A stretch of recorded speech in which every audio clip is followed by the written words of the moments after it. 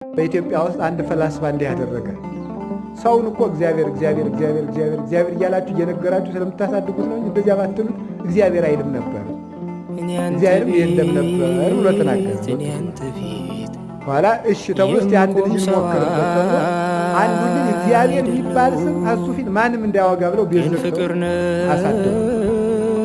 አሳድገው ሳይንስ ብቻ እያስተማሩ ስለ እግዚአብሔር ሳይነግሩ አሳድገው በጥሩ ጊዜ እኮ የተመለሰ ኋላ ሲያሳድጉት ይሄ ልጅ አባዬ አቤት እነዚህ ከዋክብት የደረደራቸው ማለት ተወደሱ አይባል ዝም ብለው ነው የተደረደሩት ይለዋል። አባዬ አቤት እነዚህ ከዋክብት ግን አንድ ላይ በአንድ ሰፈር በአንድ ሜዳ ሲኖሩ የማይጋጩ ለምንድን ነው ተወደሱ አይባልም ይለዋል። እንደዚህ እያለ አባዬ አቤት እሬትና ሙዝ አንድ ላይ እንተክላለን፣ እሬቱ ይጣፍጣል፣ አንድ ውሃ እናጠጣዋለን፣ አንድ አፈር አንድ ጓሮ ተክለን ያ ይጣፍጣል፣ ይሄ ይመራል።